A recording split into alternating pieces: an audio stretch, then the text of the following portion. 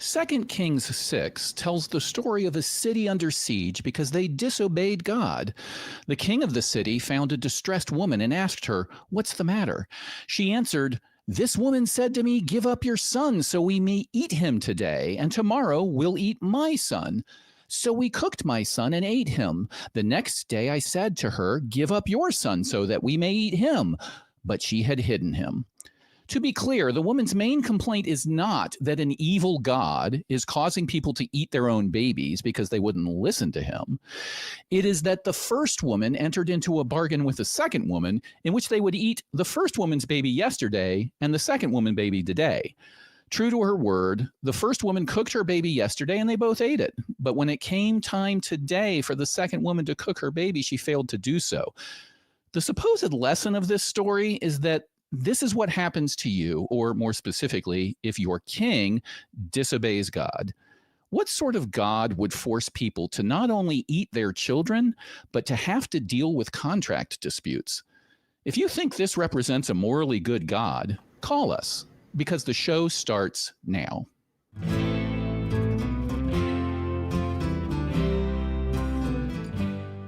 Oyez, oyez, oyez. May it please the court and wherefore premises considered. Welcome to the Atheist Experience. Today is July 21st, 2024. I am your host, Johnny P. Angel, alleged attorney at law. And joining me is the cross-examiner, also another alleged one. Recovering attorney. Recovering attorney is how I like to describe myself. There's organizations for that, I understand, that you can join. Yeah. We have not done a show before. We have met many times virtually. Yeah. We have made many jokes. And in fact, before the show, we were having a bit of laughs about what contract law consequences would there be for woman one and woman two? Right. It's a legal contract, right? Yeah. I don't think there was a law back then that said you couldn't enter into those contracts. In fact, they entered into contracts for slavery, for eating each other's children, for selling their daughters to men that had raped them. There's all sorts of interesting legal questions back then. Yeah. I busted out an old copy of O'Connor's Texas cause of action to try to see if I could track down a few more of those potential lawsuits. If woman one and woman two were in the kind of Texas that the Christian nationalists want to establish, well, then this book's going to get a whole lot thicker with all kinds of biblical violations. That's right. And damages. Anyway. But until that happens, it'll be over our dead bodies, perhaps literally. We're here on the Atheist Experience, which is a product of the Atheist Community of Austin, a 501c3 nonprofit organization dedicated to the promotion of atheism, critical thinking, secular humanism, and the separation of religion and government. Now, last week, we wanted you to give us an answer to the question, what prayer would have you banned from leading family grace again? And that was part of our Share Your Experience segment. And we got some answers, and I'm going to read those answers. Number 3 is from R.C. Blazer. And R.C. Blazer says, I got one. Oh, Lord, we paid for all of this food ourselves with our own hard-earned money. So thanks for nothing. Hail Mary, full of grace. Let's fill our effing face. I think that would be up there. Yeah, I think that if not for being inaccurate, because I don't think it's inaccurate, I think that the pearl clutching would start at the F word. Could be. Yeah. Could be. Well, that's why you say effing. All right. Number 2, Cyrille answered, oh, Lord, thank you for this food that we definitely know wasn't harvested by slaves, since you don't allow that in your teachings. Yuck. Yeah, that's one of those contract laws I mentioned earlier. So unfortunately, you might not be invited back for that because it's not biblically accurate. Yeah. Well, we pick and choose, just like we pick and choose mashed potatoes or canned green beans or whatever it is that we're eating at that dinner. It's a smorgasbord of biblical options. Sorry, gimme. So we got number one, Chuck Gaydos. Mm-hmm. Gay Windows is It's his upgraded version. Yeah. The upgraded version. Yeah. Saying grace, dear Lord, I can't read. Dear Lord, I don't know. I know you don't do resurrections very often, but this turkey could really use your help. Amen. This is not a controversial position, but I've been to several Friendsgivings and such, and I know this one guy, he insists on making turkey, and I hate turkey. Can't stand it. Wait a second. Yeah. I thought you said this wasn't a controversial position. Well, I don't know, maybe I misspoke. I think it is controversial. I think there are people who sympathize or empathize with me on this one, but it is a tradition to eat turkey on certain holidays in these United States of America's. But yeah, help with the turkey, Lord. Come on down, make it chicken. I could eat turkey all day long. Turkey sandwiches, delish. Not for me. Yeah. Well, more for you then. The prompt for this week is, what commandment got left on the cutting room floor? So, cross-examiner, what have you got?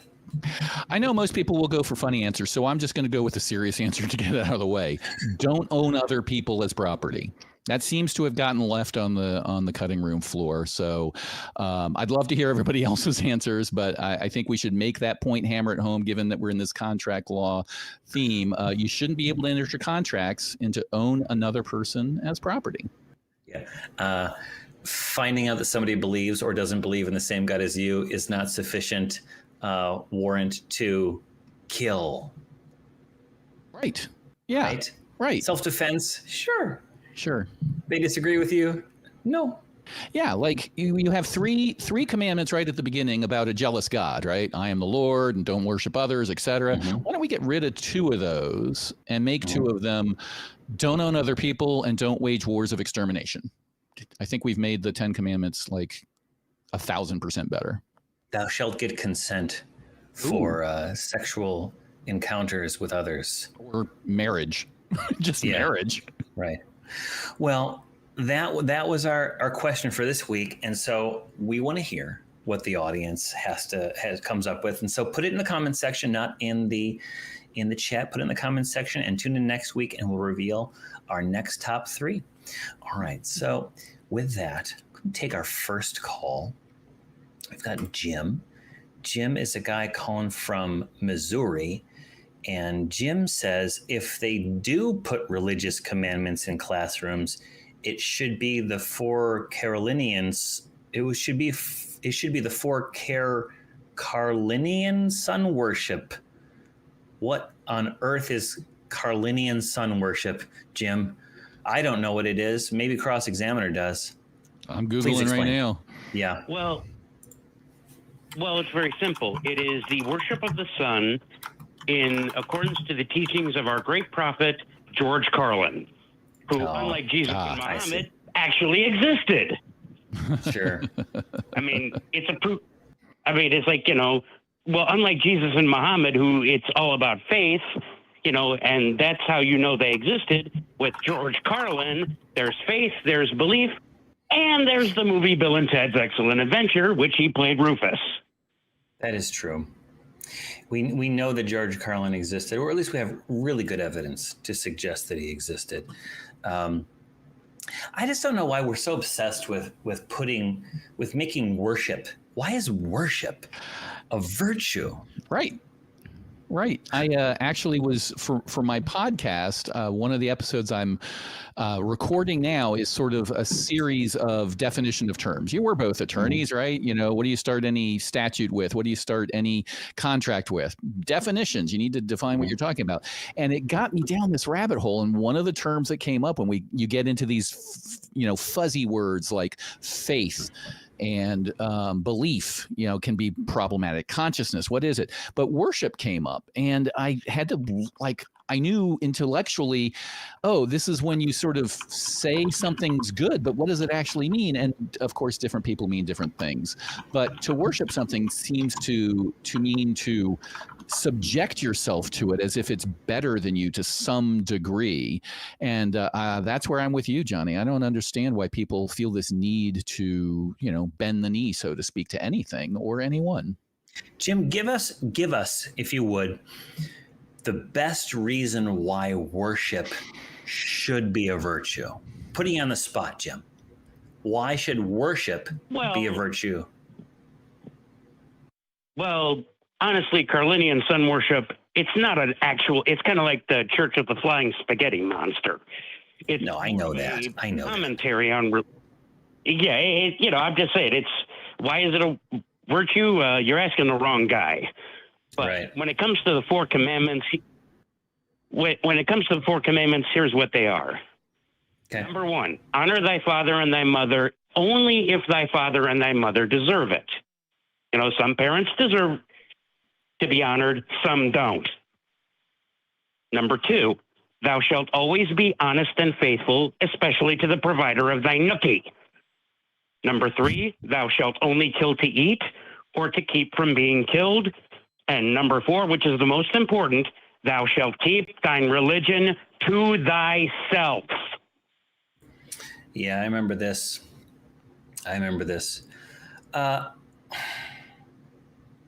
I suppose that goes. Carlin's cutting to the core of it, instead of all this unnecessary ones. We were talking about that earlier. About we've got, what is we got? God is the only God. No idols. Keep the Lord's day holy. We can probably scrap those. God's not vulnerable. Let's cut to the other ones. The other ones involve people in some regards. So now we've got 10 more to work with. So what's the highlights of that? And we, of course, are making some jokes about that. But I just want to get back to the idea of worship. Why is worship such an obsession? And I guess maybe the only thing that I can do to try to steelman the concept of worship as a virtue is that it forces the worshiper to step outside of themselves as the focus of the universe and for action, and put it onto, I guess, God. But you could, again, I don't understand how we benefit, humans benefit, or even a God benefits from worship. Cross-examiner, any thoughts on that? Yeah, I think that there's two halves. When I was looking into the definition, a lot of times the word adoration would come up, sort of a feeling. And I reject that to some degree, because that's sort of an academic definition that just says it's a feeling of adoration, but there's no actual, outward action that you're doing. And most people that I've run into in the circles I've run in, religious or otherwise, when they say worship, there's some action that's being taken, whether it's coming together and singing praise or kneeling before something or whatever. So if it's just a feeling of adoration or respect or love, then worship seems to be just a superlative. Like, I really adore you, or I really love this thing a lot. If that's the case, okay, people can worship whatever they want to, but that's not really what people mean when they say worship, in my experience. Correct me if I'm wrong, anybody, but when I think of worship in a religious sense, all that comes to mind is usually overt actions in a group, supplicating oneself symbolically or literally, and a sense of you are better than me, right? Amazing Grace, the song, it's all about how wretched I am, and while you are worshiping this God. That's the extreme take, but that's where I go when I hear worship. And maybe I'm a little biased. Maybe I think of the negative connotation, but that's the one with the actual overt act. I don't really care if you love something a lot. That's great. This might be me being a hopeless movie buff, but when I think of worship, I think of the underground dwellers from Beneath the Planet of the Apes. Do you remember? Yes, They're all absolutely. gathered around wearing their weird robes. Yep. And they have a cobalt bomb, and they reveal their inmost self unto their God, and they rip off their masks, and they have like veiny faces because they have radiation burns and stuff. And that or some other kind of cult-like behavior of focus on an external entity, whether it's in the form of a statue or in some sort of concept, and then all of the ceremonial trappings surrounding that emptying of oneself. And that's also spoken as a positive thing. I empty myself. I give all of myself to my Lord and Savior, to my God, to my Creator, all of these things. And it just seems like if you see it in a positive light, you're rooting yourself in the oneness of the divine and the eternal and all that stuff. But take the person who thinks it's a good thing, show them what people are doing in different religions as they're worshiping Ahura Mazda or the Korean goddess of the harvest, and quickly it becomes, well, that's sick. That's a cult. They're losing their individuality. Yep. And for some reason, we have this blind spot. Toward our own of course, we don't worship anything. I'm sure we've got people in the comments that are telling us how we worship science, or we worship the sound of our own voices, or something like that. But I've never really understood it. It's like if you don't question it, it's what you do. It's the ceremony. It's the Wicker Man. It's the lottery. Yeah. It's the tradition that you follow because your grandparents did it and your great grandparents did it. Yeah. There's a division there. I think the ceremony word is good. The adoration plus ceremony seems to be worship. But, some definitions just say worship is a feeling. And in which case, I don't care. The ceremony without the worship is important in a lot of aspects. I mean, we're both lawyers. We understand the importance of ceremony to make people realize that something's important. That's why we have wedding vows. That's why we sign contracts. And that's why there's a lot of traditions we go through on important events to make people perk up and say, oh, I'm taking an oath before I testify in Congress. That's a ceremony, a secular ceremony. It doesn't have to be on a Bible, but it alerts me to, oh, this is important. I need to pay attention. So ceremony on its own is fine, and love and adoration is fine. But when you ceremonialize worship or ceremonialize adoration, that's where it gets a little creepy to me. And it smells of sort of daddy issues. Like it smells of like this need or desire to want to believe that there's something greater than you that you can just put your hands into and say, oh, you're so great, please take care of me. Now, technically, worship is just, you're so great, you don't need to take care of me. But they seem to be intrinsically linked in every religion I've ever been presented with. Speaking of every religion that the Cross Examiner has ever been presented with, Jim, you still with us? Yes, I'm here. Did you grow up with any particular religion? Was that? Did you grow up with any particular religion? I was raised Catholic. Okay. But, again, and for a while, and the biggest reason I always say that I believed is for one simple reason. It was like Pavlov's dog. I got up every morning or every Sunday and went to church with my parents, whether I liked it or not. Yeah. So let's tie Catholicism and worship and the story I told in the cold open. When you were raised a Catholic, did you believe that the Eucharist was really literally became the body of Jesus when you consumed it? Well, I thought before I consumed it, after a while, I was like, but then when I actually had my first communion, I'm like, this tastes like a cracker. It is a cracker. But spiritually, it tastes like Jesus's meat, right? No. I always said it tastes like a cracker. There's several taste buds. Okay, you got salty, you got sweet, you got what are the other ones? Umami. Am I missing one? I don't know. I'm not a taste bud. My palate is substandard. And there's not a Jesus one. So there you go. Good point. Yeah. Not that we've detected. Not And yet. maybe those taste buds are in here. Ooh. Yeah. In the heart. Yeah. I bring that up because just today, the Washington Post reported on, for the first time in, I think, 40 or 50 years, the Catholic Church is having a Eucharist convention in Indianapolis in the Lucas Oil Field Stadium. They had it, and it was 50,000 people all participating in this Eucharist convention, again, worshiping by symbolically and according to the church teachings, as far as I can tell, literally believing that once you eat the cracker, it literally turns into Jesus Christ, not figuratively, not spiritually, but literally.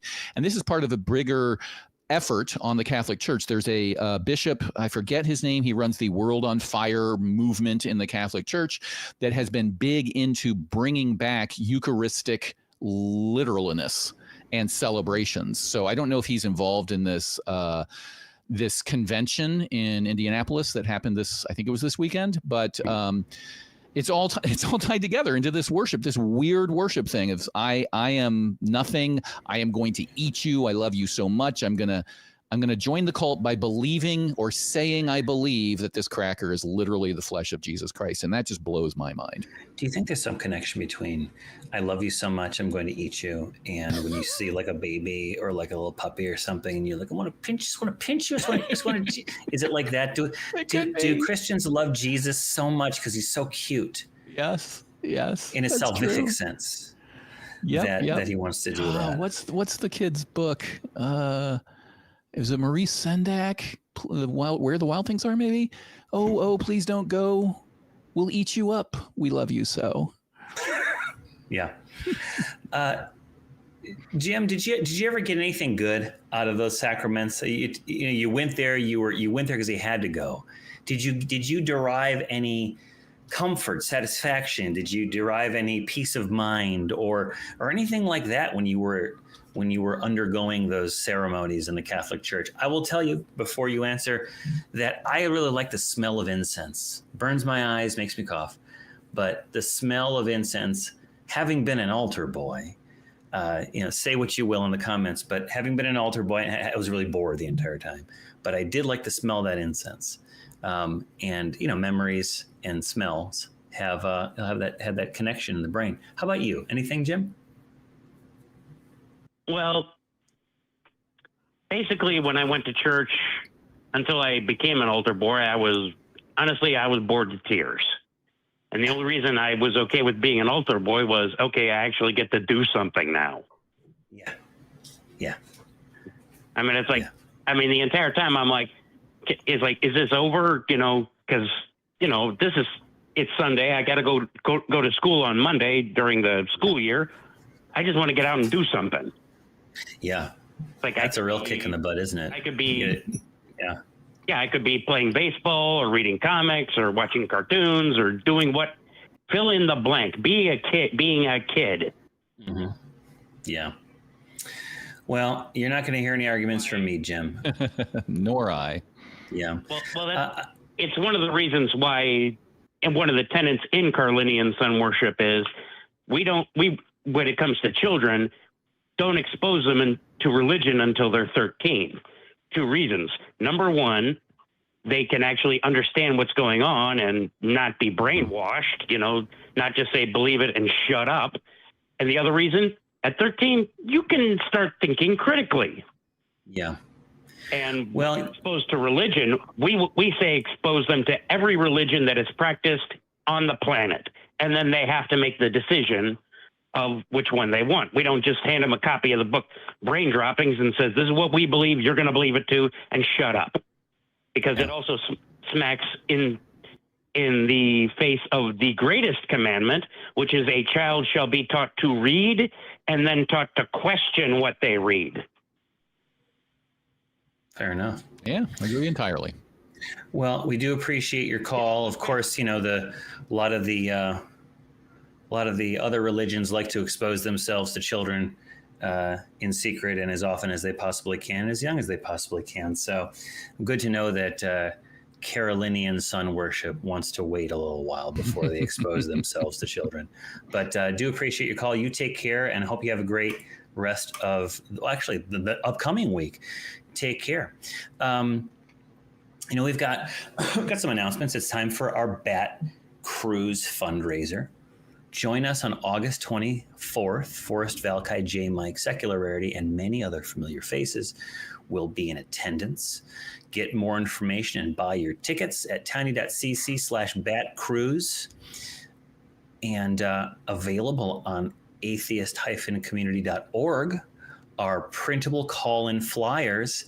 Post these with the permission of the place you're posting them to community bulletin boards so that people know they should call our show and defend their faith. We want people to call in. We're not going to be mean. Take some guts to call in and defend the faith. They might be St. Michael's, but we're not dragons per se. Nice St. one. St. George. Yeah. Not a real atheist, says somebody in the comments, because I didn't know it was St. George. Anyway, the ACA wants you to know what's going on in the community, and for that, we've got an updated website. Head to www.atheist-community.org, where you can learn about the organization itself, its policies, and how you can get involved. And people have done that, and they have gotten involved. Arguably, one of the guys in front of my face is right now one of those people who did that. So I did. He did. And if you like what we do, please consider supporting us on Patreon. Giving to our Patreon ensures our ability to continue to produce the content that you love. Visit tiny.cc/Patreon, And I want to see the crew. Put their faces up on here. The people want to see the crew. That's part of the show. There we go. There they are. There we go. Is that a drum kit back there? Golly. What I'd like is for to have it lay down a beat. All right. And we're going to take the next call in a waltz. We're going to take it in a waltz. Ooh. All right. Everyone at home, imagine that we're in a waltz, because now we are talking to Chris, a guy coming from the golden state of California. And Chris says the justification for axioms. That is not a sentence. That is a fragment. What are the Hey, Chris, fill in the blanks on this one. The justification for axioms. Let her rip. What do you got? Hello, can you hear me? Yes. So I'm asking because every worldview presupposes certain abstract concepts to fill its worldview, such as logic and truth. I'm asking for the justification and an account for those axioms. Well, the short answer is because they work. Should I expand? I guess I will. So if we're talking about axioms, just so the audience knows what we're talking about, these are things that you presuppose in order to be able to function. So you've got the laws of logic, the laws of identity, the law of excluded middle, the law of non-contradiction are usually the three axioms that we presuppose. A thing is what it is, a thing is not what it is not, and a thing can't both be and not be at the same time. If we don't presuppose that that is universally true, then logic breaks down and communication becomes meaningless. If I could be talking to Johnny, or I could not be talking to Johnny at the same time, or neither, or both. Nothing makes sense. So we have to assume that in order to get what appears to be positive results. There are other axioms that people have proposed over time, but those are the three that I'm starting with. Is that a fair answer to your question? Yeah, that's fair, but that doesn't really answer what I'm asking. I realize that every worldview automatically assumes these axioms, such as law of identity, law of non-contradiction, etc. But what I'm asking for specifically is a justification and an account for these worldviews, not the use of them themselves, but a justification for the axioms themselves. Understood. And my justification was they work. That's my justification. Without them, I cannot communicate or have coherent thoughts. With them, I appear to be able to do so. If anybody can prove that they aren't true, I will reject them. But that's my justification. That's why they are axioms. Axioms typically are not something that you necessarily have evidence for, etc., other than they work. I don't know about you there, Johnny, if you have a different take on it. No, sorry about that. No, they work. I function in my daily life. I'm never surprised by things in any kind of like everything seems to follow the standard rules of logic. Everything seems to follow the standard rules, the laws of physics, cause and effect. Nothing is out of the ordinary. I've never experienced anything other than this. And if you insert some new concept into the worldview, it doesn't add anything. It doesn't add any predictive power. It doesn't enhance anything in any meaningful way. So I don't know if that answers your question either. Because I think you're specifically looking for you're specifically looking, I think, for us to nail down with certainty an explanation for why the world is and account for all of its multitudinous factors. Because you claim you have one, I'm assuming. I'm not putting words in your mouth there, Chris, but you assume you have one because, are you Christian? Well, you're... No, answer my question. Are you Christian or no? Are you Christian or no? Yes, I'm Christian. Okay, so sweet baby Jesus makes it happen. But no, Chris, stop. But, Chris, no, you wait a second. You are trying to put the burden on us to try to justify our worldview, whereas in fact, you, as the Christian, are the one making an affirmative claim about the nature of the universe. And it's cool that you can shift the burden to us, and then we have to hem and haw, and we don't have solid answers. But in fact, the burden is on. We're not making an affirmative. At least I'm not making an affirmative claim about the nature of the universe. Okay, I'm just saying I live in the universe, and this is the way it is, and I don't see a reason to believe in sweet baby Jesus coming down from heaven and sprinkling us all with his holy love, or we go to hell. I don't believe that's the case because I have no reason to believe that's the case. Now, as a Christian, I believe it's incumbent upon you to present us with a sufficient basis for believing that the claims of Christianity are true. And you could take this axioms conversation as a way to sort of to sidestep it, but I'm going to put it back on you. Why should we believe that sweet, dear, 8-pound, 11-ounce, pale-skinned, blue-eyed Jesus is real, and he has again, the power to save us from our sins, and that even the concept of sins even makes sense. Prove to us that Jesus exists, and that he has all these powers. Yeah, Hello, yes. I called in with the question: how do you guys justify your preconditions such as logic and truth?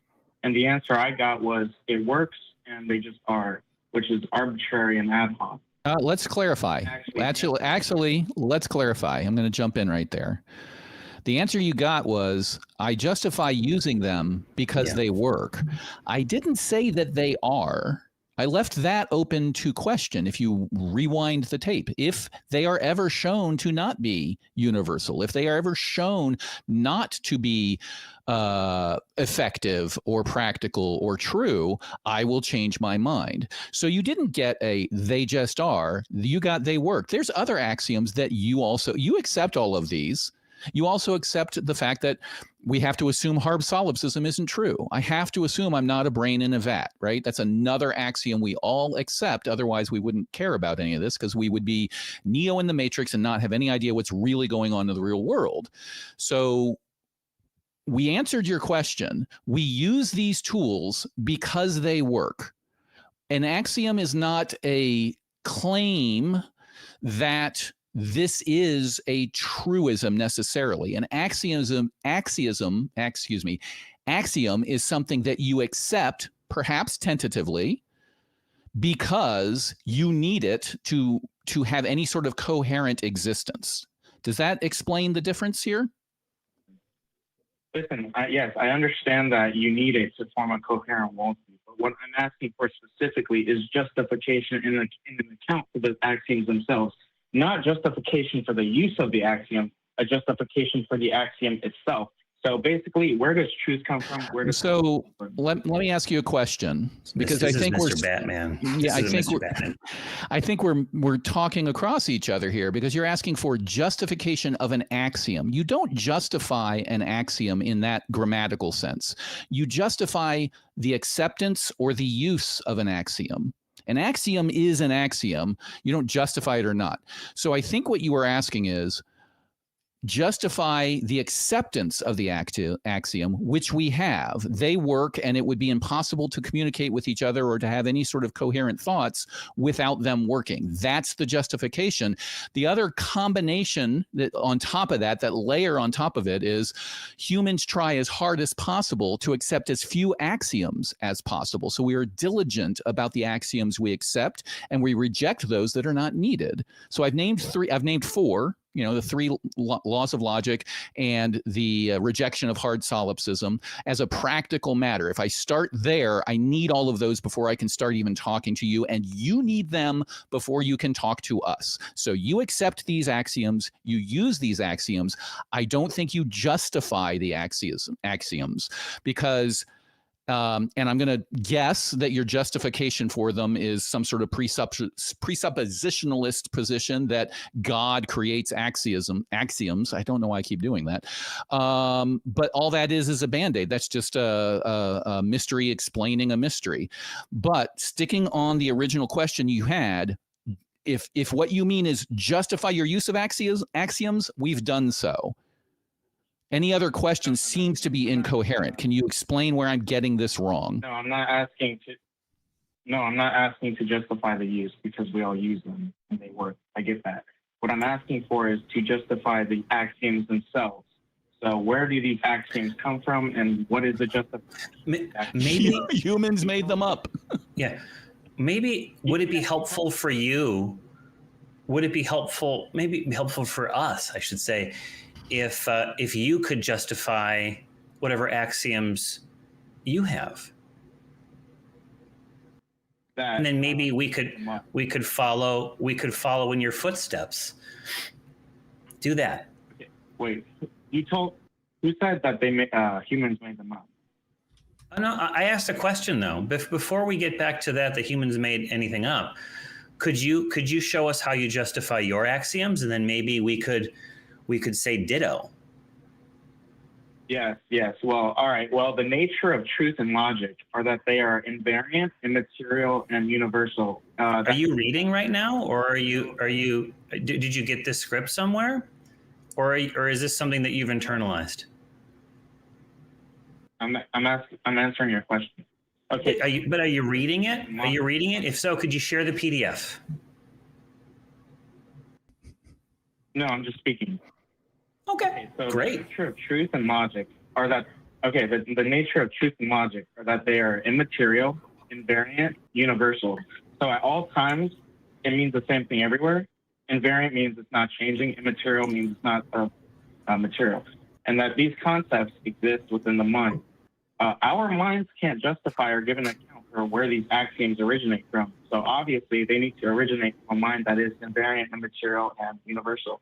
That mind is what we call the mind of God. Okay, well, can you prove that a God exists? Because logic and truth exist.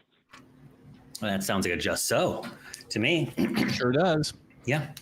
It also contains several suppositions or premises that are getting smuggled in here. And I'm going to sort of go out on a limb a little bit here, but you seem to think of axioms as things that exist. They do not. We might be wrong about our some or all axioms.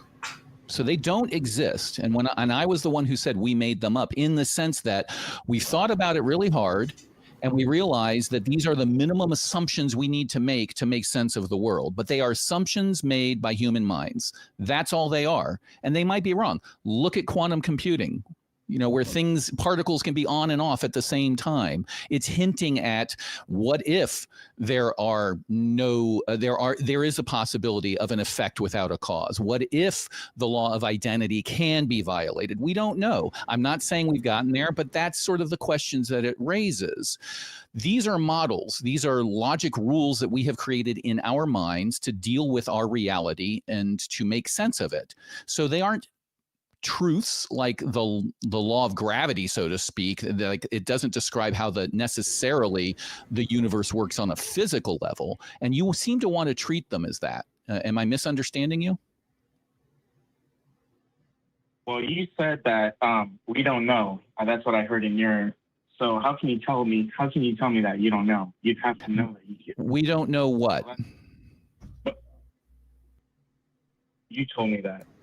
I said the phrase "we don't know," and you keyed in on it and decided to hook on that, and now you can't tell me what I was saying that about. So what did I say when I said we don't know? Did I say we don't know who's going to win the Super Bowl, or did I say we don't know about something else? This is the problem when you're working off of a script, or when you've got a particular agenda to a call. You do not actively listen because you've got a presuppositionless script and you're working off of it rather than engaging in an honest and open dialogue to try to understand each other. It feels like you're coming here with an agenda to try to spring some sort of trap. When somebody honestly says the phrase, "I don't know about something," you're like, aha, I've got them. I'm going to say that. And then when questioned on the context, you fall apart. So John wants to add something. Yeah, Chris, pro tip. So when you're doing when you're putting up like a direct examination or a cross-examination document for when you're going into court or when you're calling an AXP, you don't want to do it in like a linear fashion like that. What you want to do is you want to organize your notes into certain chunks with certain keywords that you want to get out so that you can quickly jump from one topic to the next, because you never know what your deponent or what the cross-examining witness is going to say. And so like what happened here, where cross-examiner asked you something, you lost your spot in the script. And so if you had done it like I had done it, they talk about like almost like flow charts, or like in chunks, like I said, little clouds with different concepts. It's hard to type that on a computer, but I managed to do it. I think that maybe that's free advice. That's free advice. You don't go to law school for that one. I think that my understanding, what cross-examiner was saying, was that these axioms, such as they are things that we have abstracted from experience. We existed in an animal or a semi-animal like nature. We started becoming more intelligent, and through experience, we sort of started codifying recurring concepts, recurring phenomenon into what have become what we sort of take for granted. How do we justify them?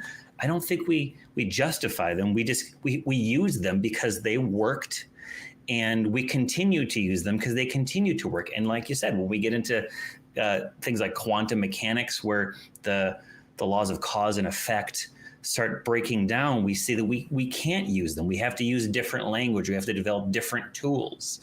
And so you're suggesting, I think, Chris, and I might be wrong, and maybe it's in your notes, but that these rules, these axioms are there. They are ordained by an almighty, all-powerful, all-knowing mind. That is, to the extent that there's a brain, the cosmos is its brain. Or more importantly, since it's transcendent, it exists outside of the universe. And so existence itself is its mind. And it has laid down these rules in an objective fashion. And what I was trying to say is that, yeah, sure, it could be that, but now you've got to prove that such a thing exists. Or it could be like what I'm suggesting, which is that we humans have stumbled, literally stumbled, broken our toes in the dark ignorance of our past, and have sort of fumbled our way into a certain set of rules that existence seems to hold. And we have a child's grasp of it, but it seems to function well enough for us to go to Mars, and for us to develop vaccines, and for us to have the internet, and for us to, drive really cool cars, I guess, or whatever other things that people do. I don't know what people do nowadays. So they work. That's how we justify continued use. As to where they came from, I don't know. The ancients stumbled on it. That's it. So I don't know. Hey, yeah, thank you so much for being honest with me. You admitted that you don't know where these axioms are. My initial question was, where do these axioms come from, and how do you justify them? I'm not asking to justify use. We all know that they work. What I'm asking, Chris, is the justification of the axiom themselves. Okay, well, and that's fine, Chris. I think you'll find that in the circles that you mix and mingle in, I'm going to hazard a guess that there's a lot of people in the circles that you associate with that have some really definite black and white answers to questions that are complex, where the greatest minds of humanity, working hard, building upon the progress of their predecessors, still don't have any kind of real concrete answer. They have suspicions. They have workable hypotheses that get us through the day. But the people that you associate with in the discords or in the chat rooms, wherever they may be, or perhaps in real life, they have real answers and they can tell you exactly. And I would caution you, Chris, okay? I'm not saying that these folks are wrong. I highly suspect that they don't know what the hell they're talking about. Anyone that tells you that they know exactly what the truth is, and it's only one truth, and you need to believe this truth because if you don't, you're in a bunch of hot water, they're probably trying to manipulate you. That's my thought, Chris. So you might be happy that you have a script. You might be happy that you got us to admit quite openly that there are things that we don't know about the universe. But I will tell you that our lack of knowledge is, perhaps unexpectedly, a position of honesty and strength. And the I'll tell you what to believe, I'll tell you what to know is actually a place of weakness, fear, and ignorance. What do you think about that, Chris? Hello, yeah.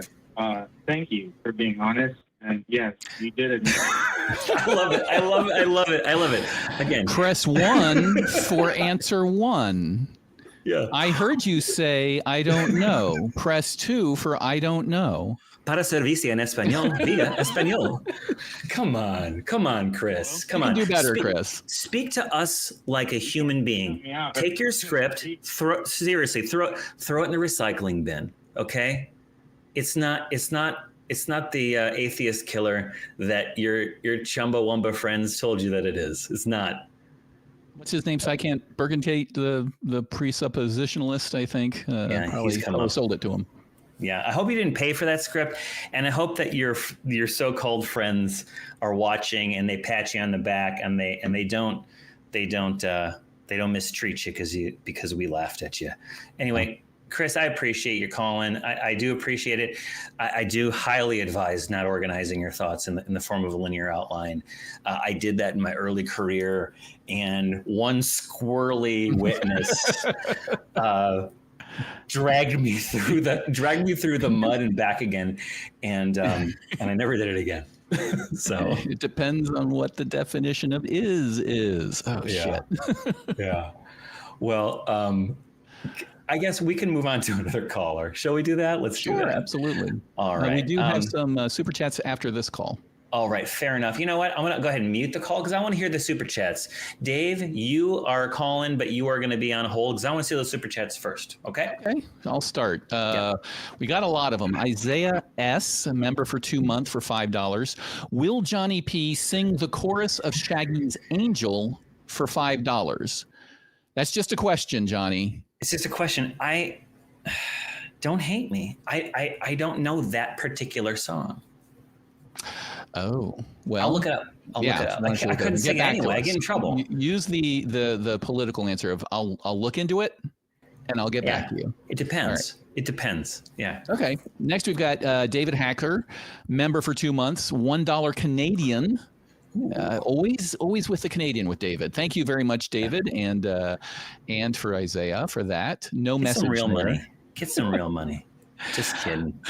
We've got Uncle Freaky who says they are a musician. Yeah. And that's the type of musician you want. He's been a member for a year for $2. AXP is the greatest show on earth. Criminy. Yeah. I thought that was a Dawkins book. Greatest show on earth. Greatest show on earth. And then we're going to get sued. Yeah. It's great. Thank you very much, Uncle Freaky. David Hacker again, 2 months, $2 Canadian. My spiritual taste buds never developed. Yeah. It's a reality. I think you started something, people. Johnny. Yeah.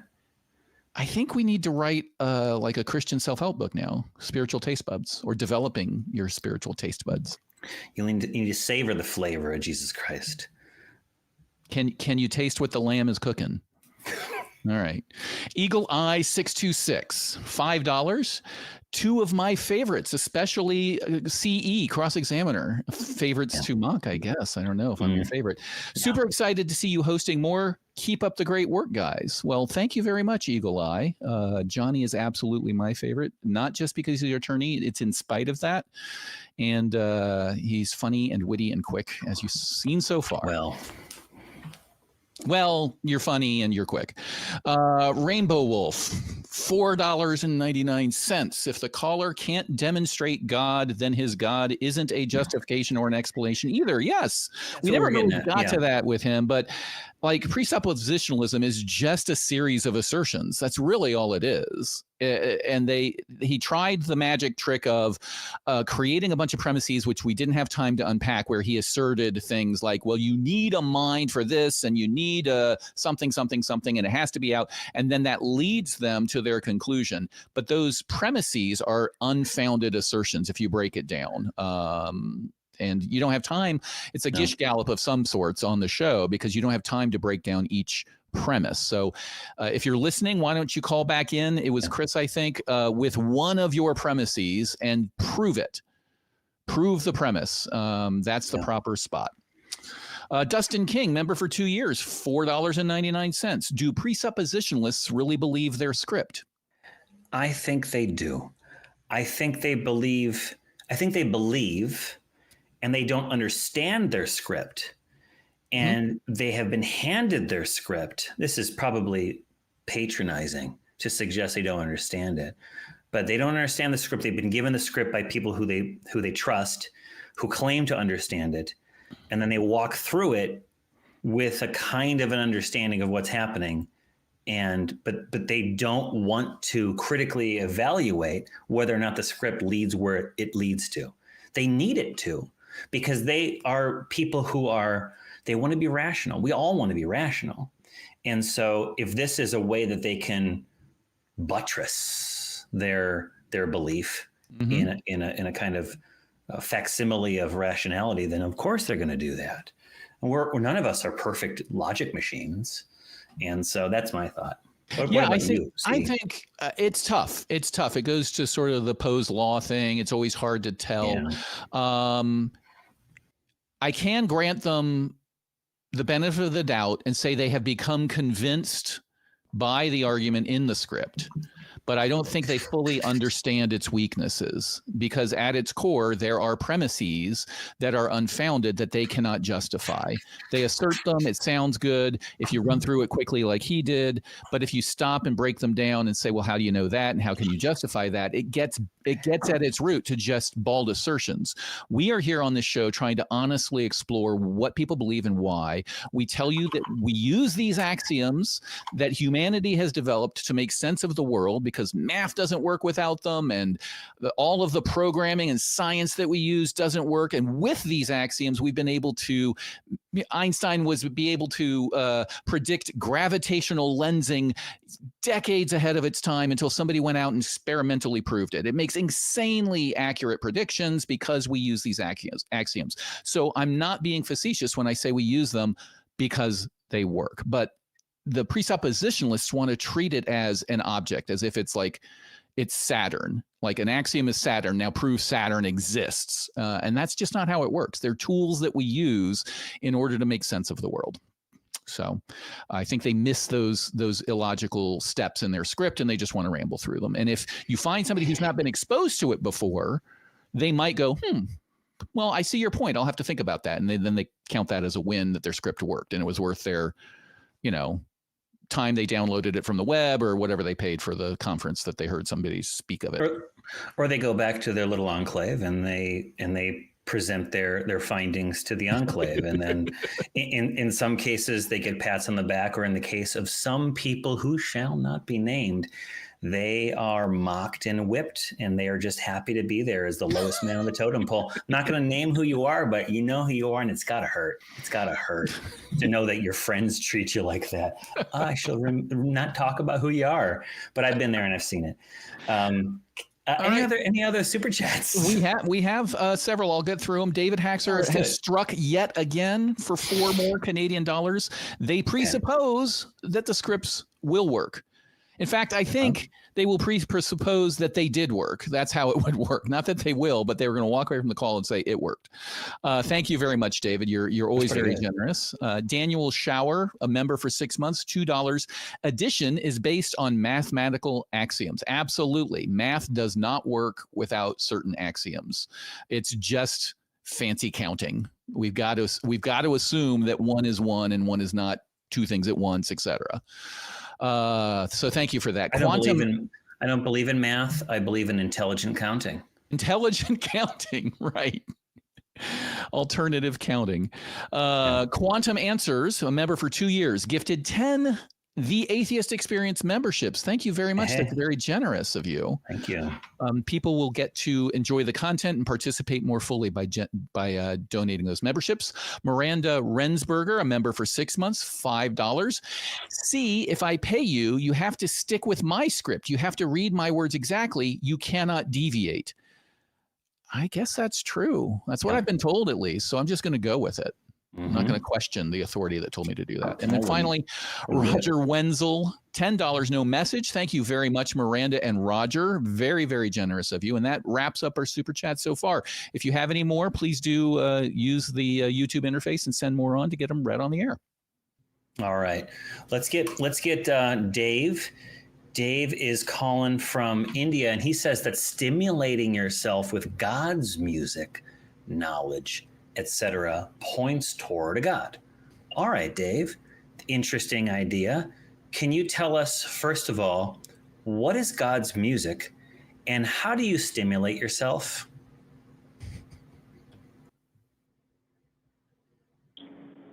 Stimulation can be done through any of the senses. Okay. So not the answer I was hoping for. Answer the first question first. What is God's music?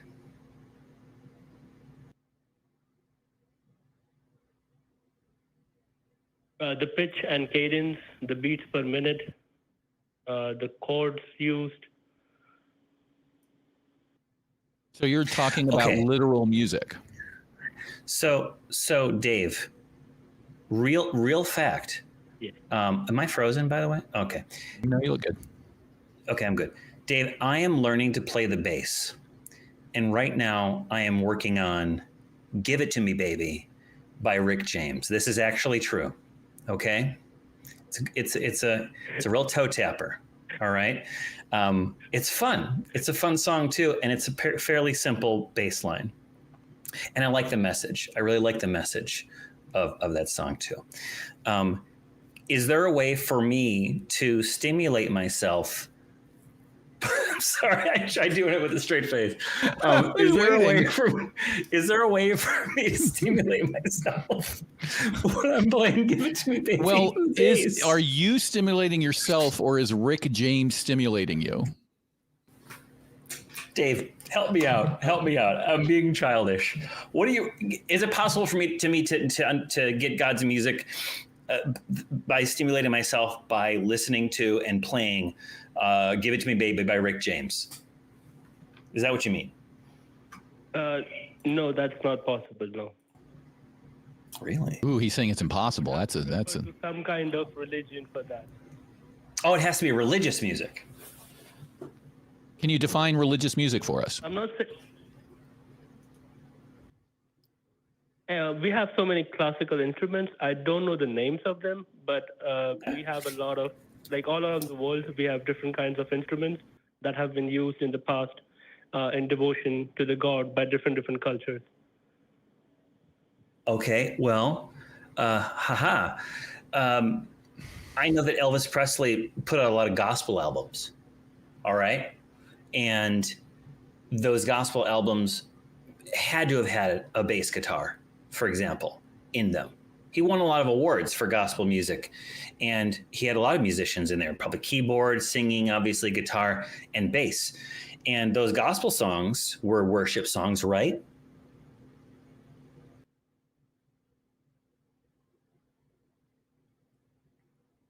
Yes, they were worship songs, but it was more like a hybrid. You have to listen to the purest form of it, to the boring version that is not that stimulating when you listen to it. It's kind of boring. So you're saying that I think we can all agree that "Give It to Me, Baby" is far too stimulating to be worship music. I mean, the title itself is calling for stimulation. What if this is terrible, Dave? What if I change the lyrics? Have you ever done Christian karaoke or any kind of religious karaoke? I have, where I find the Christian version of, let's say, a Doors song, and some Christians have just gone ahead and rewrote the lyrics. Like "Light My Fire" is the song, but it involves Jesus's salvation. Does that count if I change the lyrics to a song? And so if, let's say, I change the lyrics to "Give It to Me, Baby," we all kind of know what Rick James is asking for in that song. But what if he's asking for salvation in the song? Does it matter that it's got a really good beat and it's got a groove, you might say, if not a funkiness to it? If you're expressly asking for salvation or to be one, "Give it to me, baby. Give me the oneness of your holiness." It's more about repetition. You need to repeat that behavior on a daily basis with integrity. I play bass every single day. One is seeing, and when you have nobody and you're kind of like getting bored, but you're trying to persevere through life.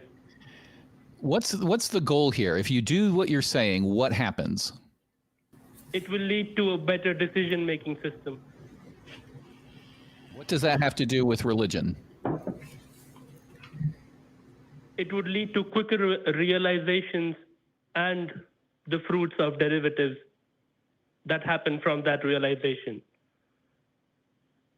That doesn't, like, I asked what it had to do with religion, and your answer didn't contain the word God or spirit or anything like that. So what is your point? We're having a lot of fun with it, but if you listen to boring religious repetitive music, then what happens with relationship to any religious claims? Does it make anything true? Does it prove anything? Does it provide any evidence? What's your point? Yeah, so I can give you an example of my life. When I work in IT, and when I'm coding, if I listen to rap music, I usually can't focus. At the same time, it becomes tough to logically figure out the answer. But if I'm listening to some kind of religious music or some kind of music that's associated with God, then it leads to better decisions and at the same time more creative thoughts which I didn't think about.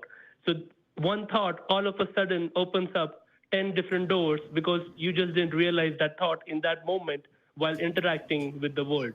So stimulating yourself in that sense. Yeah, great. So the question then is, that's a great anecdote. What studies can you give us that show that listening to boring, repetitive music gets you in the flow? I mean, you're describing the flow when you start talking about being able to code and not have to think things out and all that sort of stuff. Do we have studies, and do any of them conclude that there's a God?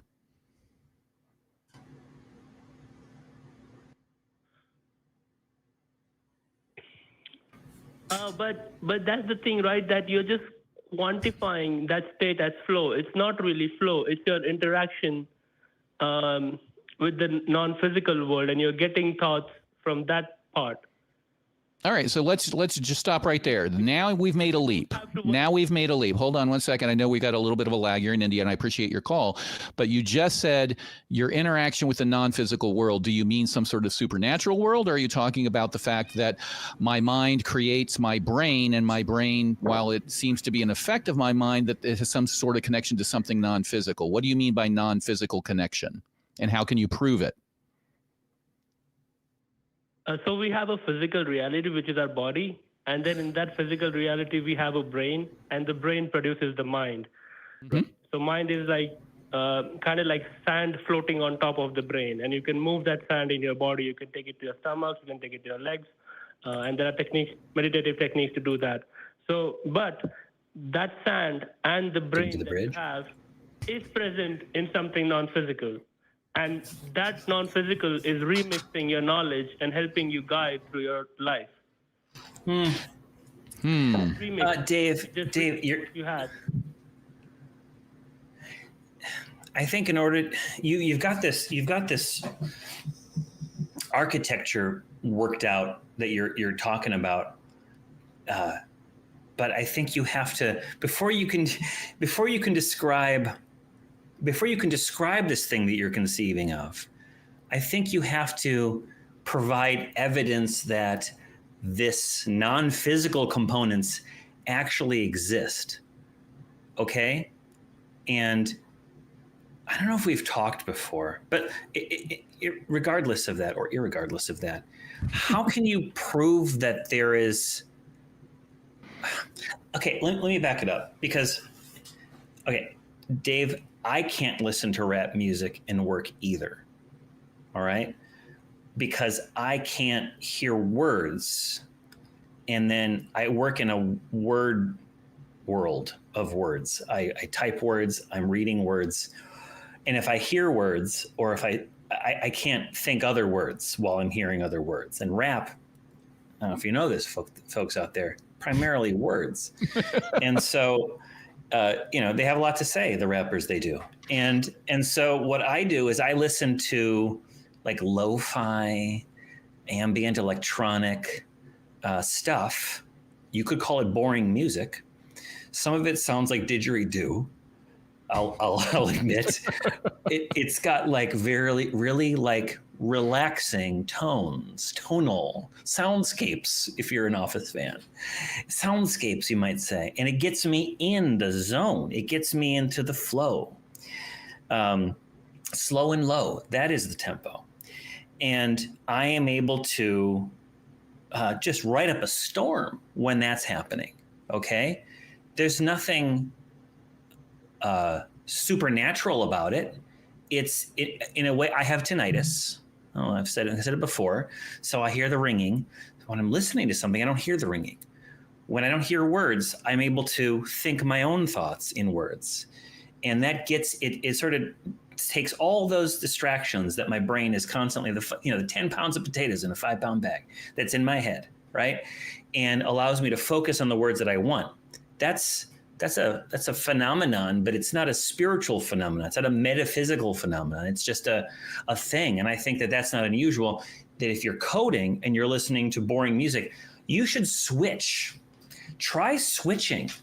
you're coding music from whoever you're listening to maybe some of the stuff that I'm listening to that is based upon some of the album art, arguably not religious in nature, or at least not boring in nature, and maybe you'll have the same effect. If you had the same effect, Dave, from listening to listening to secular music,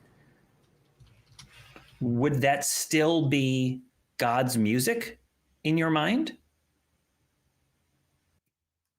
So I just shared one derivative, which is music, and how it can be applied in real life. There are other derivatives like food, which is a big one in God's world. So, so that's why I just want to say that, yeah, I might not, you can argue that you can listen to a lo-fi music and that can put you in the same state, and then you would get the same results. But up till now, based on my experience, what I have seen is any kind of music, apart from the true religious songs that we have, any other music, it doesn't work. It's not optimized for it. Yeah. Again, so you made a claim.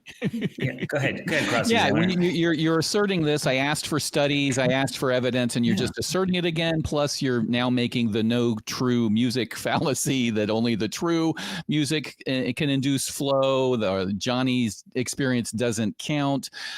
You're raising more questions than I think we can answer. The key question, I think, is, I'm not sure how to phrase it, but along the lines of, other people are going to report the same experience and tell us the same effect happened to them, and they weren't listening to what you would count as the qualifying music. How do I tell which one of you is right? Dave says only music set X works. Mary calls and said, I did the same thing with music set Y, which is different from X, and it worked for me. And they both say that the other person is wrong. How do I tell between the two of you, Dave and Mary, which one, if any, are actually right?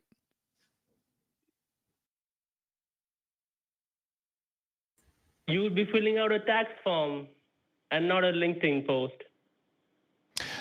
All right, so that doesn't. Maybe it's just me. Maybe it's just me. But that doesn't seem here. That doesn't. Yeah, correct me if I'm wrong, Dave. That doesn't answer the question. Can you please restate your answer in a way that makes sense to two people who are desperately trying to understand you? If your reality is strong, you will get the things that you're looking for because you're in the correct direction, doing the correct things, and you will get what you want. Okay. Because your reality is strong, and your reality became strong by stimulating yourself with those God sounds, and then making decisions which opened up doors which you didn't realize in the first place. I'm having post-traumatic stress disorder flashbacks to when I forced myself to watch a series of Deepak Chopra explanations of physics. It's the same sort of thing, just assertion after assertion after assertion with gobbledygook words that say, you have to self-actualize, or if you're Jordan Peterson, the music would exist in a substrate that we can't comprehend, and all of these words that intentionally don't mean anything or can be interpreted 8 million different ways. I'm beginning to suspect that Dave is either not that serious or he's been too busy stimulating himself with this music to hold a coherent thought. Dave, I'm also working on Psycho Killer by the Talking Heads. And that's less sexual, I hope. And I'm going to tell you that when I'm practicing, when I'm playing the stuff, I get, I almost said it. I'll say it. I get a rise out of it. I enjoy doing it. I feel when I'm getting it, when I'm going through the practice, the scales and the little exercises, I get a little spark of excitement. I feel like I'm in harmony with the universe. I feel like I got a strong reality going on, But the same thing happens when I play Give It To Me, Baby. And that is, at least according to the video, and I assume that's a documentary, at least according to the video, that is a highly sexually charged situation. And I still get that excitement. So I feel like my reality is strong when I'm doing these things. I feel like when I'm invested in the moment of doing something like that, and I have success, more so when I have failures. You get older, you get more failures, but sometimes you have successes, and that's a good thing. Yes. And I don't understand. And then as far as food is concerned, what about food? What about food? Is the music of is that the food of God that you're talking about? Yes, by eating different kinds of foods leads to different kinds of mentalities and different kinds of behaviors and decisions. Can I ask you a question real quick? And I'm not making any assumptions. You are from India. Are you a follower of Ayurvedic medicine? No, I'm not. No. Okay. Well, let me ask you then, because I have a friend who, despite being totally awesome, was describing how Ayurvedic medicine is totally real. And anyhow, what kind of food is God's food? I have some. I was going to make some like curry tonight with chickpeas and chicken and some peppers. Am I disqualified from making God's food if I make with certain food. That's God's food. What isn't God's food? Yeah, that was my question. Yeah, what isn't God's food? Yeah, because God put all of us in this situation where we will be eating chicken and fish, and they're actually good for your body, helps you in focus, builds your muscles up, gives you strength, confidence, focuses you more. So there are amazing benefits to it. So it's, yeah. There are amazing benefits to eating food. I will agree with you. My law practice was in FDA regulatory law, and wow, food really does have a lot of benefits, but I don't think you're getting us anywhere on this call by just saying food gets you good stuff. I can eat a lot of things that will give me benefits. You still haven't differentiated what is God's food and what is food but not God's food. So what is not God's food?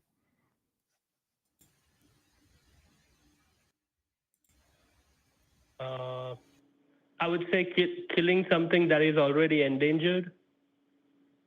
Okay, so this is you sound like you're answering a quiz show here. Like, is the answer on the board, Johnny? Yeah, survey says. So if I ate like a panda meat is not God's food. Is that fair to say? Yes, because that brings morality into question, that you're forcing your existence upon someone else's existence. Well, there were a very large number of people on this planet who would say just by eating any living thing, you were calling into question a moral question. So again, you seem to be asserting that whatever you think is right is right. Do you?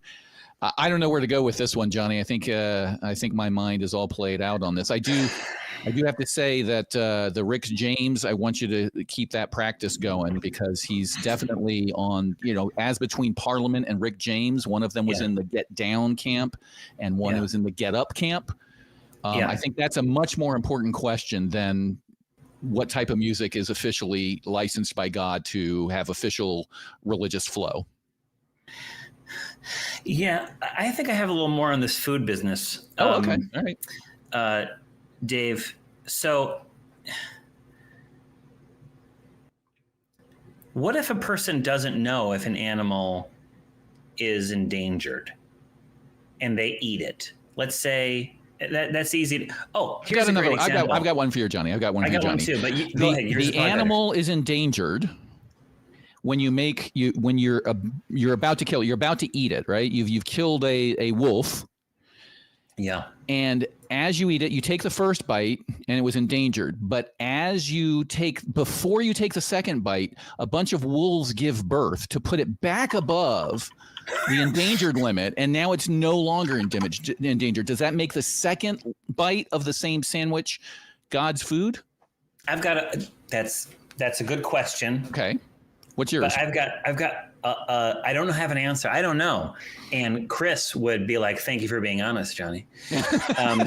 But I would say that here's another example that I think I want to know from Dave is, okay, there's two almonds, okay? Almonds. We love almonds, don't we, folks? They're high in nutrients. They're tremendous nuts. They are the best nuts. Tears in my eyes when I eat almonds. When I eat them. However, almonds are very water intensive. Okay, they're extremely water intensive, to the point that they to grow almonds. Really, you should only be growing almonds in areas where there's a lot of rain, because if you grow them in areas where you have to redirect water, that can affect the water table levels, that can affect the water availability to different people, and it affects the environment in a deleterious way. So I don't know where the almonds come from the almond milk that I might buy, so I tend not to buy almond milk, all right? I drink different kinds of milk and different kinds of stuff. So Dave, is an almond and all of the almond derivatives, is that a God food or is that a not God food?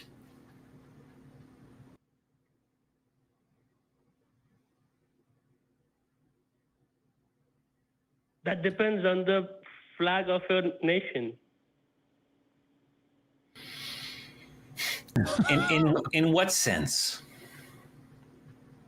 An almond can be a curse in a desert where there is resource scarcity and people are living in resource scarcity.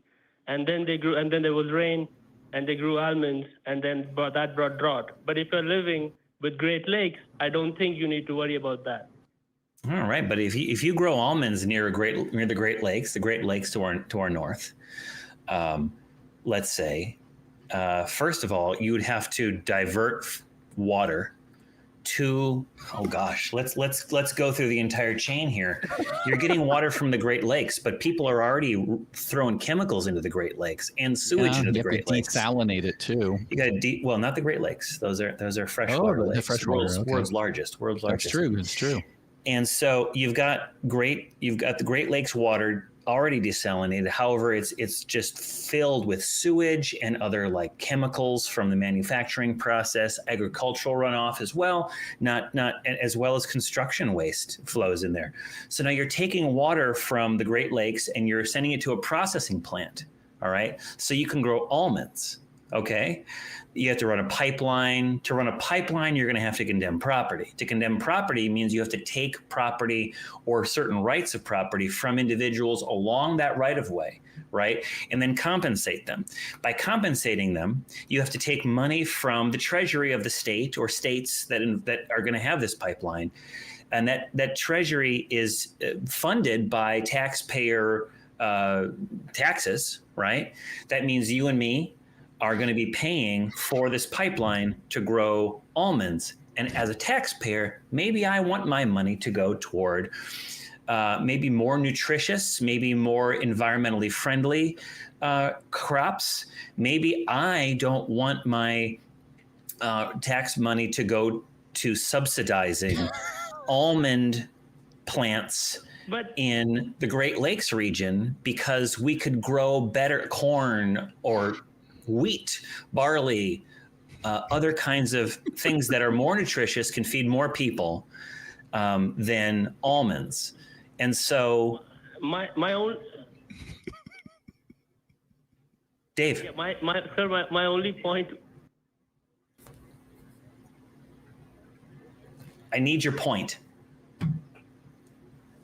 My only point was that if no matter what you want to do, you want to go barley, you want to go corn, you want to go almonds. And I was just giving an example. I didn't mean specific Great Lakes. I just meant that if you live in a nation which has abundance, of resources and there is abundance in things, then the story that you just told me, that one almond fall field causing destruction to the whole community, that becomes irrelevant, because when you have abundance, you don't need to worry about those kinds of problems.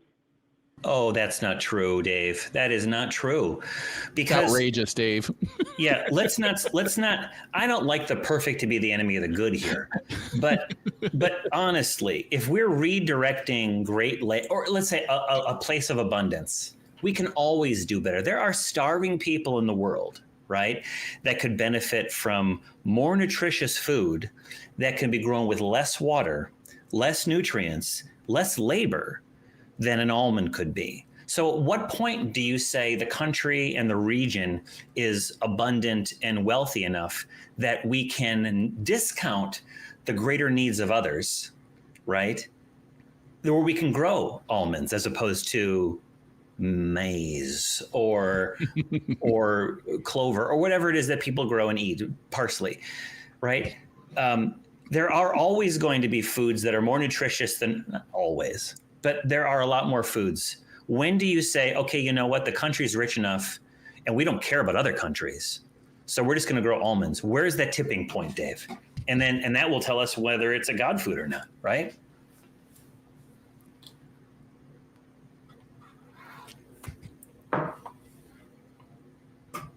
Yeah, so Give it to me, Dave. Primitive food is very primitive knowledge, and America had 70,000 warheads, so it is what it is. 70,000 warheads? It is. Yeah, it is what it is there, Johnny. So, Dave, I guess my question is, are you just using the word God as a synonym for morally good? Because we've been on this call for 36 minutes. I still don't understand your point. Your point seems to be when you eat stuff that doesn't have any moral objections, that's a good thing. And when you eat stuff where you could have moral objections, that's a bad thing. When you listen to some music that helps you, that's a good thing. When you listen to music that doesn't help you specifically, Dave, that's a bad thing. Is that your point?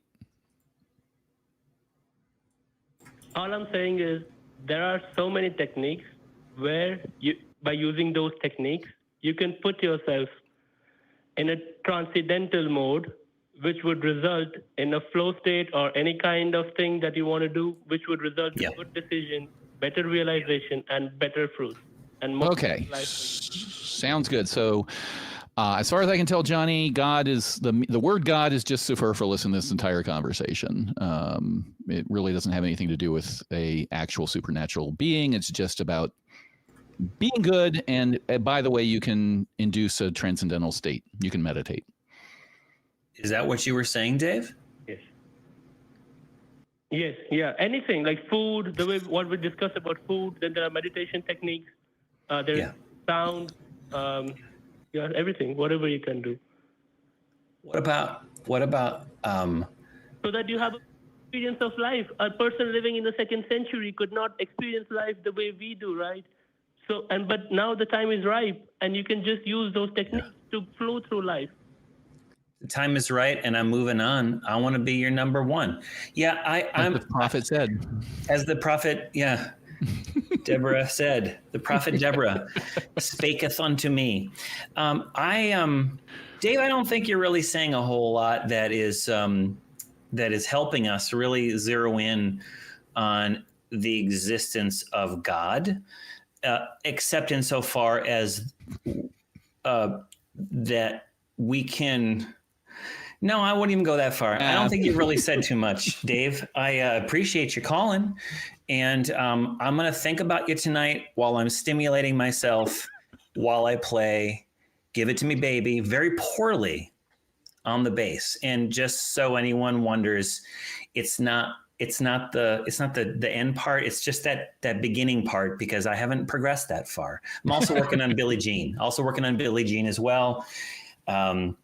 It's a good tune, and Psycho Killer, of course, until you get to the more complicated parts. But thanks, Dave. You gave us a lot to think about, ?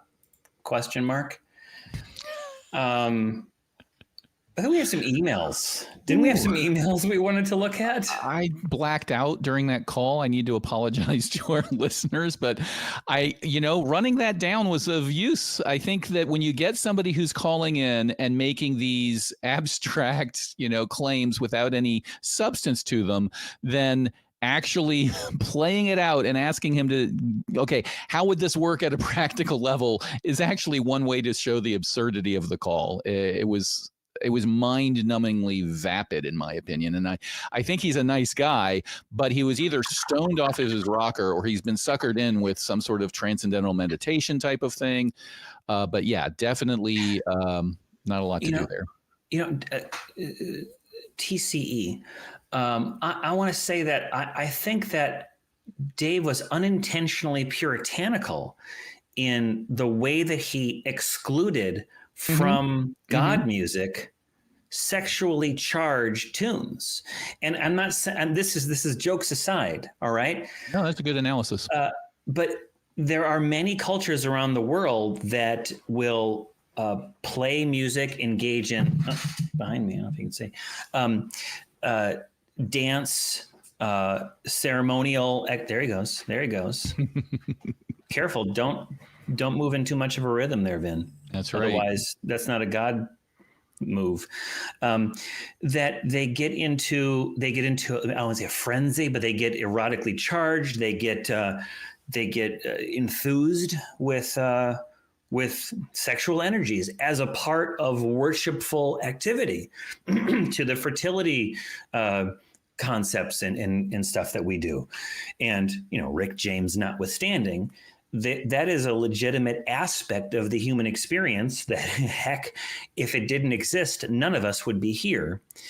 And shoot, I would even go so far as some people need to have certain kinds of music to get in the mood, and then creating life that would eventually sometimes creating life. And then sometimes that life leads to childbirth, and then leads to a family, and it leads to contributing to society, or whatever you want to say. But the sexual aspect of human existence is not something that should be discounted as ungodlike if you are, I would say, a complete person. It's worship music for some people at some times. 100%. And yeah. Even Brick House could be a song that would be worship music in the right context. So I don't know. I don't think that Dave thought it through. No. Don't get me wrong. I think Dave's heart's in the right place. His call can be summarized as, my experiences I am using to confirm and create rules about the universe that I think everybody should follow. And then when asked for evidence, or whether they would apply to somebody else, or how to tell the difference between Mary and David when they're claiming the opposite things about which things are God foods or God songs, there's no substance there. So I think your response, as crazy as it was entirely appropriate to that call, because ridiculous calls demand ridiculous responses. Yeah. Here at the ACA, we want you to do it till you're satisfied. And to quote the late, great Rudy Ray Moore, put your hip into it. Okay. I know. I was going to point out that he kept saying that can be a good food, but XYZ. And that was a really big but. And I was going to say, I like big butts, and I cannot lie, but not in that context. But you beat me to Brick House, but I will say that I was super freaking out when you were taking that call. I anticipated that this is the kind of exchange that you and I would be having as the show came up, and I'm glad that it happened. Yeah. Nice. Okay, we've got some super chats. We've got some super chats, and we've got some emails. Let's do the super chats first. Okay. All right. It's to keep us in the sophisticated, highbrow trend that we've had with this last call. This super chat is from Donkey Butt. $1.99. Love these two MFers. Thanks for the show. Well, do you like us now? I think we got this before that last call. So Yeah. Thank you very much, Donkey Butt. Godless Doctor, new member for $10, $9.99. Thank you so much, Godless Doctor. The sound of dogs snoring and playing is God, and I will die on this hill. Can you hear? I'm thinking Johnny will not argue with that, given the pupper that's on the couch behind him. Oh, it's so relaxing. It's so relaxing. It really is. But at one time I was at a conference and I had to bunk up with another guy in a like 2 beds. Okay. Is at Yale, and I was at a conference, and this guy just kept snoring, and I just kept throwing the pillow at him, and then getting the pillow. It was like 4:00 in the morning. That wasn't relaxing. No, I hope that guy doesn't get a good night's sleep tonight, just because I just thought about it. But if he had been my dog, I would have been like, oh, that's very charming. Yeah. Okay. Anyway.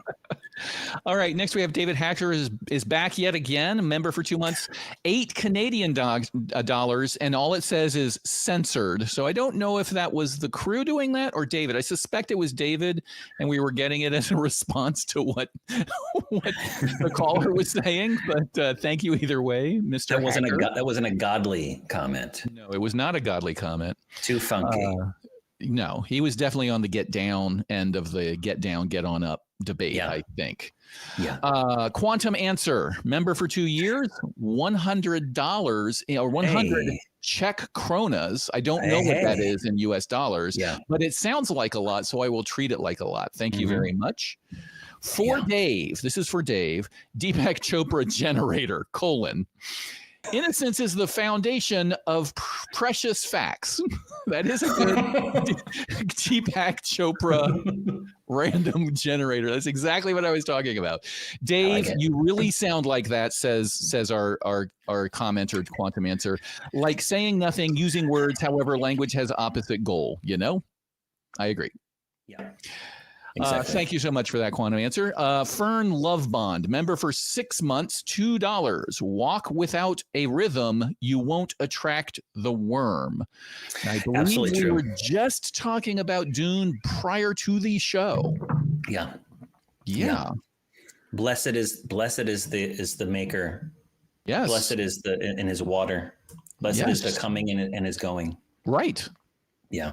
But I like her point, which is, hey, Dave's arguing that rhythm is the way, but if you try that on Arrakis, you'll find out that Shai Hulud has other plans for you if you walk with rhythm in the desert.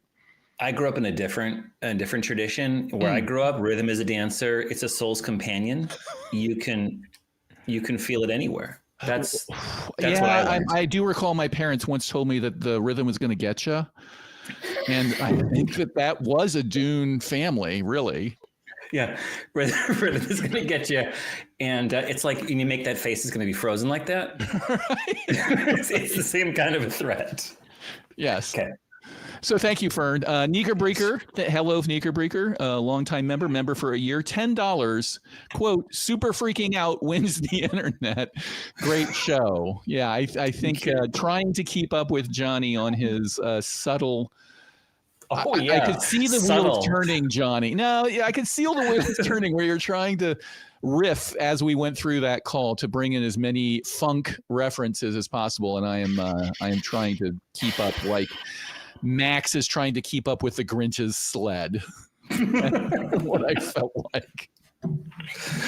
It just happened to coincide with what I've been spending a lot of my time on, which is emulating the funk masters of the past. Wonderful. We have one more just coming in now.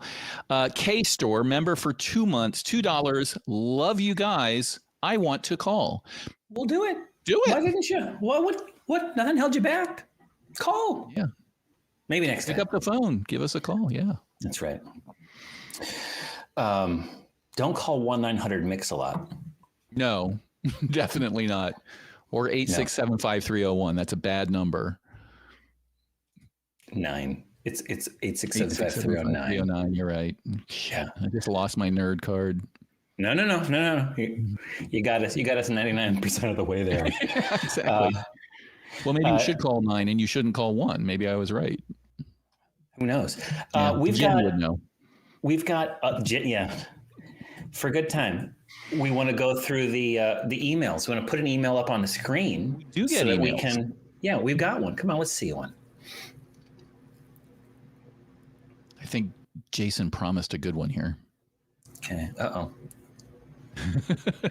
He's a paid puppet. Oh, when's that check coming? Right. Shoot. What am I getting paid in? Does God exist? I'm going to give my very unbiased opinion of yes. But my opinion doesn't matter. What matters is truth.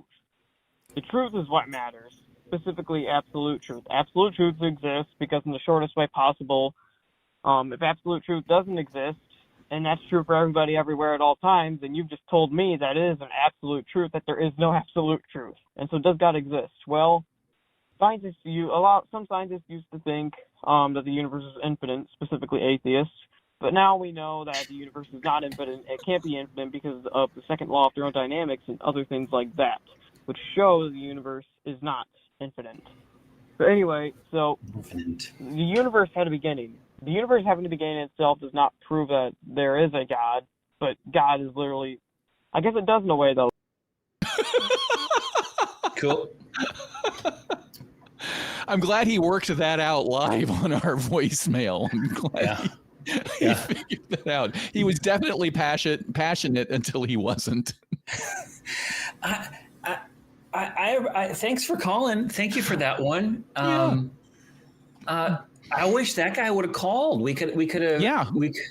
You deconverted yourself in the course of one conversation with yourself. That's hard to beat. Yeah, it is. Do we have another one? Oh.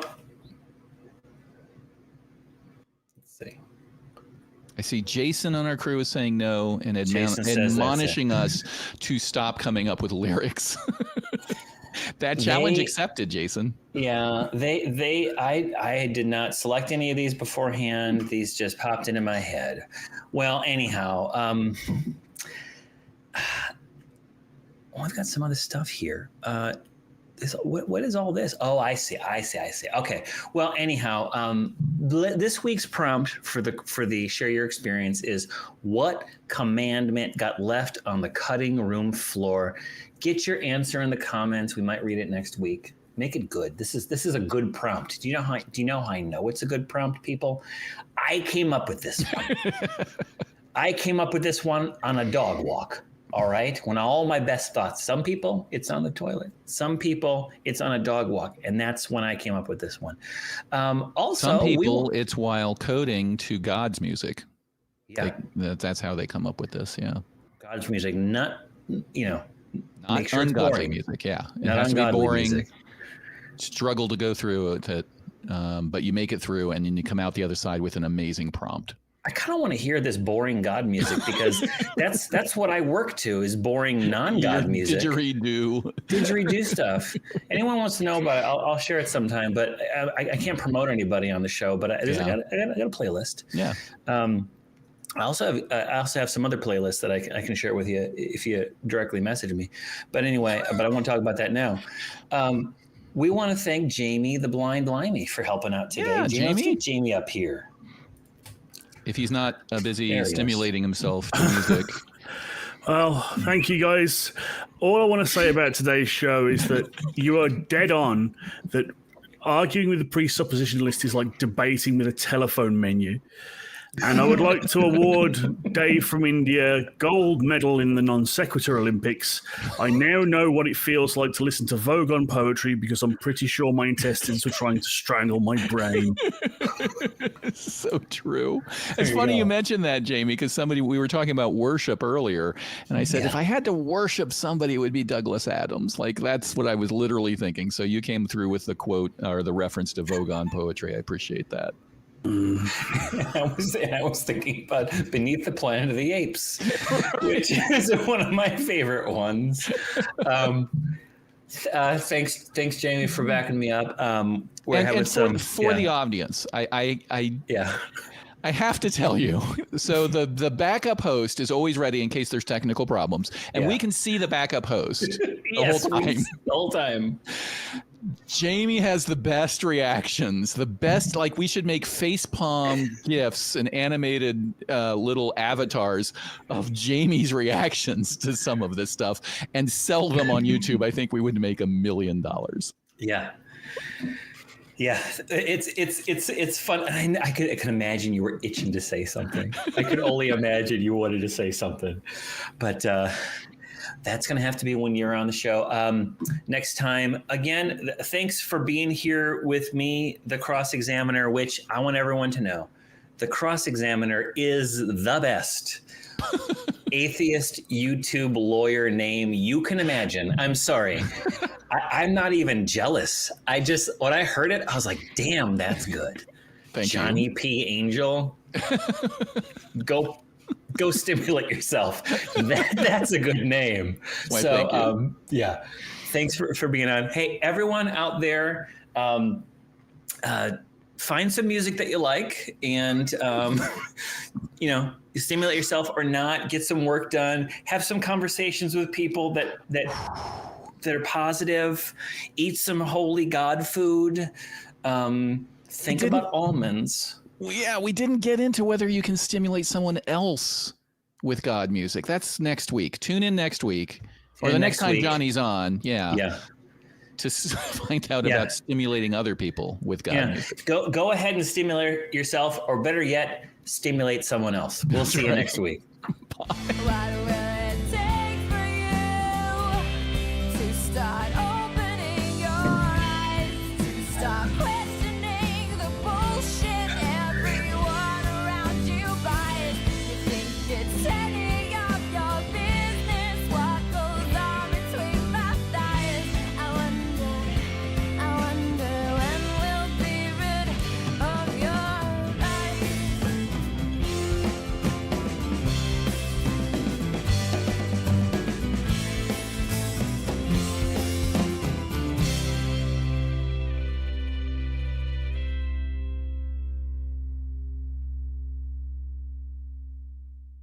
Watch Talk Heathen live Sundays at 1 p.m. Central. Visit tiny.cc/YTTH and call into the show at 512-991-9242 or connect to the show online at tiny.cc/callth.